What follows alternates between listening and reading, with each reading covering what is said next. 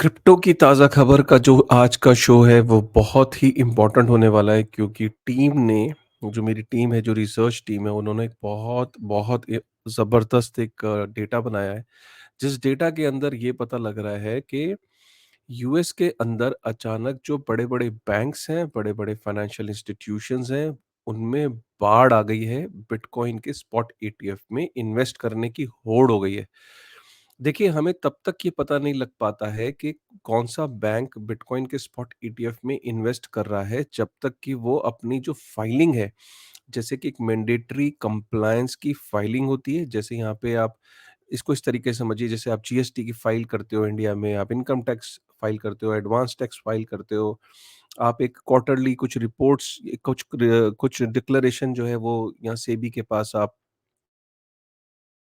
Similarly अगर वहाँ पे कोई फाइनेंशियल इंस्टीट्यूशंस जितने हैं, बैंक्स हैं, वो पीरियोडिकली जब रिपोर्ट फाइल करते हैं कंप्लायंस के हिसाब से अगर कोई उन्होंने चेंजेस करी हैं, कोई नई इन्वेस्टमेंट्स करी हैं, तो उसको वो डिक्लेयर करते हैं। तो वहाँ पे अभी रीसेंट फाइलिंग्स के अंदर ये पता लगा है कि जो बड़े-बड़े बैंक्स हैं, जो दुनिया के नामी-गिरामी बैंक्स हैं, जो अमेरिका के सबसे बड़े बैंक्स हैं, वो बिटकॉइन के स्पॉट ईटीएफ में इन्वेस्ट कर रहे हैं। टीम को पूरा क्रेडिट जाता है। टीम ने जिस जिस हिसाब से ये एक्सेल शीट बनाई है, मैं टीम की ये जो रिपोर्ट है इसको शेयर करता हूँ। तो ये टीम ने बनाया है एक पूरा एक जगह पे कोलेट किया है डेटा। तो टीम ने यहाँ पे ये बताया कि देखिए इस वक़्त जो फाइलिंग के हिसाब से जो रिपोर्ट निकल के आई है उसमें जेपी मॉर्गन आपका जेपी मॉर्गन, आपका वेल्स फार्गो, आपका बीएनवाई मेलन, आपका बीएनबी पारिबास, इन इन बैंक्स ने इन्वेस्ट किया है बिटकॉइन के स्पॉट ईटीएफ में। कितना इन्वेस्ट किया है? यहाँ पे आप देख सकते हो जेपी मॉर्गन ने 7,31,000 US dollar, 1,41,000 US dollar Wells Fargo ने, बीएनवाई मेलन वन जो यूएस का सबसे पुराने बैंक है, उसने 1.2 मिलियन यूएस डॉलर जो है वो इन इन बिटकॉइन के स्पॉट ईटीएफ्स में इन्वेस्ट किया है। इसमें वेल फार्गो का जो एसेट अंडर मैनेजमेंट है वो 2 ट्रिलियन के आसपास है। राइट? तो आप ये देख सकते हो कि अलग-अलग बिटकॉइन के स्पॉट ईटीएफ में एक्सपोज़र है। जेपी मॉर्गन जो बिटकॉइन को गाली देते रहते हैं, जेमी डाइमन जो हैं वो जेपी मॉर्गन को जो लीड करते हैं, वो भरी फोरम में गालियाँ देते हैं बिटकॉइन को। लेकिन जब खुद उनका जो बैंक है वो 4 से 5 बिटकॉइन के स्पॉट ईटीएफ में इन्वेस्ट कर रहा है। ये तो हो गया बैंक्स की बात, यहाँ पे मॉर्गन स्टैनली और यूबीएस ने भी इंटरेस्ट शो किया है और यहाँ पे ये बड़े-बड़े फाइनेंशियल इंस्टीट्यूशंस हैं जैसे हाई टावर एडवाइजर्स, ये बड़ी-बड़ी जो एजेंसीज़ हैं, जो फंड्स हैं, जो इन्वेस्ट करते हैं, इनके भी अगर आप देखो 68 मिलियन और 15 मिलियन, 4.2 मिलियन सब के सब बिटकॉइन के स्पॉट ईटीएफ में इन्वेस्ट कर रहे हैं। आप अगर टोटल की बात करें तो 1.318 बिलियन जो है वो पिछले कुछ एक जब से बिटकॉइन स्पॉट ईटीएफ लॉन्च हुआ है, तब से ये सारी कंपनीज़ मिला के, सारे बैंक्स मिला के 1.318 बिलियन जो है वो बिटकॉइन के स्पॉट ईटीएफ में इन्वेस्ट कर चुके हैं और ये थमने का नाम नहीं ले रहा। कुडोज़ टू माय टीम जिसने ये डेटा कोलेट किया है, क्योंकि ये डेटा आर्टिकल्स के अंदर आता रहता है टाइम टू टाइम और सारे का सारा डेटा टीम ने कोलेट किया है। अभी तक ये डेटा सेट कहीं ऐसे अवेलेबल नहीं है। आपको यहीं इस वीडियो में ये पहली बार देखने को मिल रहा है कि एक्चुअल में कितना इन्वेस्ट किया है और कौन-कौन से ईटीएफ के अंदर इन्वेस्ट किया है। तो kudos to the team, thank you very much guys. मतलब मैं इसको इस तरीके से देखता हूँ कि अगर हम दुनिया के टॉप 10 वर्ल्ड के सॉरी अमेरिका के टॉप 10 बिगेस्ट बैंक्स को अगर हम देखते हैं, तो उसमें जेपी मॉर्गन नंबर 1 बैंक है जिसने बिटकॉइन के स्पॉट ईटीएफ में इन्वेस्ट किया है। वेल फार्गो जो चौथे नंबर का अमेरिका का सबसे बड़ा बैंक है, उसने भी इन्वेस्ट किया है। तो ये एक बहुत बड़ी खबर है, बहुत बड़ी न्यूज़ है। अमेरिका के अंदर बेसिकली वहाँ की जो यूएस कांग्रेस है, राइट? अब जो फ्लोर है वहाँ पे, जो पार्लियामेंटेरियंस हैं, राइट? तो उन्होंने ये डिसाइड किया कि वो एसईसी और सीएफटीसी की वेट नहीं करेंगे, वो किसी एजेंसी की वेट नहीं करेंगे। यूएस कांग्रेस खुद एक नया लेजिस्लेशन लेके आएगा क्रिप्टो इंडस्ट्री में by the end of May, जिसको ऑब्वियसली यूएस कांग्रेस के जो पार्लियामेंटेरियंस हैं, जो वहाँ पे जो यूएस कांग्रेस के जो मेंबर्स हैं, वो उसे वोट करेंगे एंड आई एम श्योर ये वाला जो लेजिस्लेशन है ये इसको सपोर्ट मिलेगा। तो अब देखने वाली बात है कि ये प्रेसिडेंट का क्या रवैया रहता है? अगर यूएस कांग्रेस इसे पास कर देता है, तो क्या प्रेसिडेंट अपनी वीटो पावर यूज़ करके इसे रिजेक्ट कर देगा, पास कर देगा? बट आई एम श्योर कि अब अमेरिका के अंदर बिना क्रिप्टो के ऊपर बात किए हुए इलेक्शन नहीं जीता जा सकता। जो कैंडिडेट क्रिप्टो के अगेंस्ट होगा, वो प्रॉब्ली इलेक्शन हारेगा वहाँ। जो क्रिप्टो के फेवर में होगा, जो क्रिप्टो की बात करेगा, वो वहाँ पे इलेक्शंस जीतेगा। और इसका मैं अभी एक और एग्जांपल दूँगा आपको आगे की वीडियो में चल के, लेकिन अभी फ़िलहाल जो सबसे बड़ी बात है, वहाँ के जैक डॉर्से, जिसने ट्विटर को बनाया 2015 से 2021 तक लीड किया।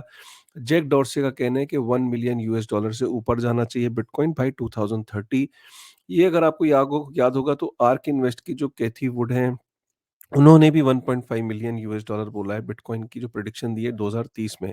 जैक डॉर्से का ये कहना है कि बिटकॉइन की खास बात ये है कि बिटकॉइन के ऊपर लोग वॉलंटरीली आते हैं, बिटकॉइन के ऊपर काम करते हैं, बिटकॉइन में ही अर्न करते हैं।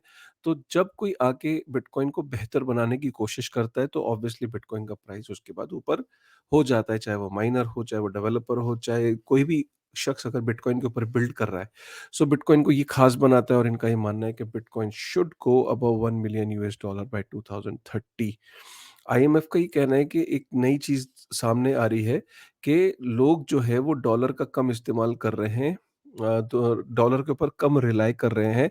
इनका ये कहना है कि एक चीज़ इन्होंने फिगर आउट करी है कि दुनिया के अंदर अचानक जो यूएस, जो चाइना के अंदर, खासकर जो चाइना से ट्रेड कर रहे हैं, वहाँ पे डॉलर को ट्रेड के लिए यूज़ नहीं किया जा रहा है। उनका ये मानना है कि डॉलर जो है वो गिरा है ट्रेड में। जो चाइना की पार्टनरिंग कंट्रीज़ हैं, जिनके साथ चाइना ट्रेड करता है, वहाँ पे रेनिबी का जो शेयर है वो 4% से 8% हो, मतलब बढ़ गया है। 4% से 8%, और ये डबल डिजिट में भी जा सकता है। तो इनका ये कहने का मतलब है कि रिलायंस जो है वो डॉलर के ऊपर से कम होता जा रहा है दिन प्रतिदिन। ये मैं आपको बात समझाना चाह रहा था कि कॉइनबेस ने तो यहाँ तक कर दिया है कि कॉइनबेस ने एक अलग से एक फंड क्रिएट किया है, जो सपोर्ट करेगा उन कैंडिडेट्स को अमेरिका के अंदर जो क्रिप्टो की बात करेंगे। 86 मिलियन यूएस डॉलर ऑलरेडी ये फंड के अंदर इकट्ठा हो चुका है। कॉइन गेको की एक रिपोर्ट आई है, जिसमें ये बोला गया है कि 1 in 5 top crypto are low float. Low float का मतलब ये है कि इनका कहने का मतलब है कि टॉप 300 जो क्रिप्टो है बाय मार्केट कैपिटलाइजेशन, जो टॉप 300 क्रिप्टो है, उसमें से 21% जो है वो लो फ्लोट है। लो फ्लोट का मतलब है कि अगले कुछ दिनों के अंदर उनका एक मेजर अनलॉक होना है सप्लाई का। मेजर अनलॉक का मतलब ये है कि अगर जो क्रिप्टो है उसकी जो उसके अंदर कुछ वीसीज होते हैं, कुछ जो टोकन्स होते हैं वो डिस्ट्रीब्यूटेड होते हैं, तो टोकनॉमिक्स इस तरीके से होती है कि फ्यूचर में वो अनलॉक होती है। तो ऐसे 21% जो टोटल मार्केट कैप में, अगर 300 प्रोजेक्ट्स हैं, 300 में से 21% का मतलब है कि 60 प्रोजेक्ट ऐसे हैं जो जिनके फ्यूचर में अभी अनलॉक होना है। और अनलॉक का मतलब है कि अगर टोकन में मार्केट सप्लाई ज़्यादा होती है, तो ऑब्वियसली प्राइस पे उसका एक बियरिश इम्पैक्ट पड़ता है, प्राइस उसमें फॉल करती है अगर टोकन्स जल्दी-जल्दी अनलॉक होने हैं या नियर फ्यूचर में होने हैं। ठीक है?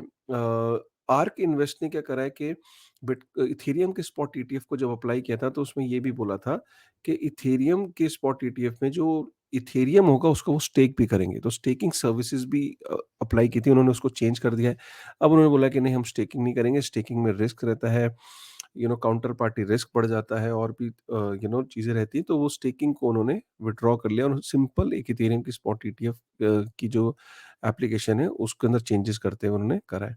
विटालिक ने कुछ नया प्रपोज़ल दिया है। विटालिक ने जो इथेरियम के को-फाउंडर रहे हैं, उन्होंने गैस फी प्रपोज़ल दिया है, जिसको माना ये जा रहा है कि अगर वो गैस फी प्रपोज़ल इम्प्लीमेंट होता है, ऑब्वियसली इथेरियम पे इम्प्लीमेंटेशन कोई रातों-रात नहीं होती है, बट द आइडिया इज़ कि जो सोलाना ने जिस तरीके से इथेरियम को कम्पीट किया है, उस हिसाब से ऐसा लगता है कि अब बहुत ज़्यादा प्रेशर है इथेरियम के ऊपर, इथेरियम के डेवलपर्स के ऊपर, कि किस तरीके से अगर सोलाना को बीट करना है या और ऐसी एल1s को फ्यूचर में भी बीट करना है, तो विटालिक को और इथेरियम को गैस फीस को नीचे लाना ही पड़ेगा। कितना सक्सेसफुल होते हैं, ओनली टाइम विल टेल। अगर हम इस चीज़ को देखें कि एक और इम्पोर्टेंट चीज़ है, ये ट्वीट बड़ा इम्पोर्टेंट है, बहुत वायरल भी हुआ है ट्वीट, काफ़ी अच्छा ट्रैक्शन आ रहा है इस ट्वीट पे। कल एक report I times of India की कि इंडिया पहली कंट्री हो गई है जिसकी 100 बिलियन यूएस डॉलर से ऊपर रेमिटेंसेस जो है इंडिया के अंदर आए, मतलब अकेली कंट्री है जिसकी 100 बिलियन से ऊपर जो लोग इंडिया के अंदर पैसा भेजते हैं। 111 बिलियन यूएस डॉलर 2022 में आया। अब खराब बात ये है कि अपना ही पैसा भारतीयों को जब अपने देश में भेजना था, तो उन्होंने इसके ऊपर 5.5 बिलियन यूएस डॉलर की फीस दी है। और ज़्यादातर ये फीस जो है वो अमेरिकन कंपनीज़ को जाती है। अब अमेरिकन कंपनीज़ को जाने का मतलब ये कि सोचिए कि अपने ही देश का 5.5 बिलियन जो है हम अमेरिकन कंपनीज़ को दे दे रहे हैं। जो हमारी मेहनत की कमाई है उसको हम अपने देश में, अगर मुझे अपने घर पे पैसा भेजना है तो पहले अमेरिकन कंपनीज़ को उसका कट देना है। ये कौन-सी बात है यार? मतलब ये नाजायज़ बात है। यही बिटकॉइन सॉल्व करता है। बिटकॉइन एक डिसेंट्रलाइज़्ड पेमेंट नेटवर्क है, जिसके अंदर किसी एक कंट्री को का क की मनमानी नहीं चलती। एक पेमेंट नेटवर्क है डिसेंट्रलाइज़, जिसको कोई भी यूज़ कर सकता है। अगर डिसेंट्रलाइज़्ड पेमेंट नेटवर्क को यूज़ किया होता भारतीयों ने, तो 111 बिलियन यूएस डॉलर भेजने के लिए सिर्फ़ 10-20 डॉलर खर्च होते। सोचिए कि 10, 20, 15, मैं कहता हूँ अगर $100 भी खर्च हो रहे हैं, 111 बिलियन यूएस डॉलर को इंडिया वापस भेजने के लिए अपने ही पैसे को, तो पीनट्स है। तो इसका मतलब ये कि India is losing 5.5 billion US dollar every year to the American companies. Just think again कि कितना इम्पोर्टेंट है बिटकॉइन के ऊपर। बिटकॉइन को के ऊपर अगर रेमिटेंसेस को अलाउ किया जाए, कुछ ऐसे स्टार्टअप्स इवॉल्व किए, जैसे जैसे कई स्टार्टअप्स हैं यूएस के अंदर इवॉल्व हुए, जो कि यूएस की खुद के जो रेजिडेंट्स हैं वो 74 बिलियन यूएस डॉलर बचा चुके हैं पिछले साल क्रिप्टो के थ्रू। कॉइनबेस की एक रिपोर्ट है। तो वो बचा रहे हैं, हम क्यों नहीं बचा सकते? हम भी 5 बिलियन जो है इंडिया की इकोनॉमी में ऐड हो जाएगा अगर हम ऐसे स्टार्टअप्स को अलाउ करें जो बिटकॉइन के ऊपर बिल्ड करके रेमिटेंसेस को, जो लोग बाहर काम कर रहे हैं उनके लिए कुछ ऐसा स्टार्टअप किया जाए जिसमें वो बिटकॉइन के नेटवर्क को के ऊपर वो यूज़ करके भेज सकें। या कोई स्टार्टअप नहीं भी होता है तो वॉलेट टू वॉलेट अलाउ कर दिया जाए कि बाहर से लोग इंडिया में पैसे भेज सकें, अपने एक्सचेंज में पैसा भेज सकें और यहाँ पे बिना किसी कट या कमीशन के वो पैसा लोगों तक रिसीव हो सके। 5 बिलियन की सेविंग है अपफ्रंट, तो ये बहुत इंपॉर्टेंट ट्वीट है। अभी तक जितने भी, चाहे मार्केट डाउन भी हुई है, फिर भी 86% जो बिटकॉइन की सप्लाई है वो प्रॉफिट में है, राइट? तो ये बड़ी इंपॉर्टेंट है बात। और ये भी अपने आप में रिकॉर्ड है कि आईबिट जो है, जो ब्लैक रॉक का फंड है, उसने एक ये रिकॉर्ड कायम किया कि 49 डेज़ के अंदर 10 बिलियन यूएस डॉलर का वो फंड हो गया था। ये इससे पहले किसी ने भी अचीव नहीं किया। मतलब मैं, जो सेकंड बेस्ट है वो एफपीटीसी है, 77 डेज़, और बाकी देखो आप 800, 900, 600 दिन लगे थे और फंड्स को, ट्रेडिशनल फंड्स को 10 बिलियन यूएस डॉलर का एसेट बनने में। इस शीट में ये बताया गया है कि अगर आप देखें तो आपको लगता है कि इंटरेस्ट रेट बहुत हाई है यूएस में, तो 5 साल के अंदर तो हाँ, हाई है, लेकिन 10 साल के अंदर भी हाई है। लेकिन अगर 60 साल के पर्सपेक्टिव से देखो, तो ये वाला जो सेगमेंट है, इस लाइन को जो ग्रीन और जो ऑरेंज से हट के, मतलब मैक्सिमम टाइम जो है वो 5% से ऊपर ही इंटरेस्ट रेट रहा है 60 सालों में। तो हमें शॉर्ट टर्म में लगता है कि हाँ, ये ज़्यादा है। लॉन्ग टर्म में अगर देखा जाए तो अमेरिका के अंदर 60 सालों में 5% से ऊपर रहा है इंटरेस्ट रेट। तो ये बड़ी इंटरेस्टिंग न्यूज़ है, आज से पहले इस पर्सपेक्टिव के बारे में सोचा नहीं था।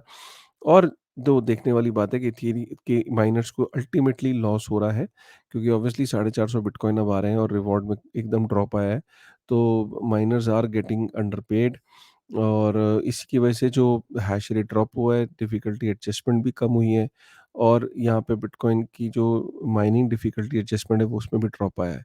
तो ये एक्सपेक्टेड था, क्योंकि अब क्योंकि बिटकॉइन की माइनिंग ऑब्वियसली प्रॉफिटेबल नहीं रहती है कई सारे माइनर्स के लिए, जो कि बिटकॉइन को माइन करते हैं, क्योंकि आफ्टर हार्विंग काफ़ी सारे माइनर्स को फ़र्क पड़ता है, बिकॉज़ माइनर्स जो हैं वो लॉस में जाते हैं, तो काफ़ी सारे छोटे-छोटे माइनर्स जो है वो विथड्रॉ भी करने लगते हैं।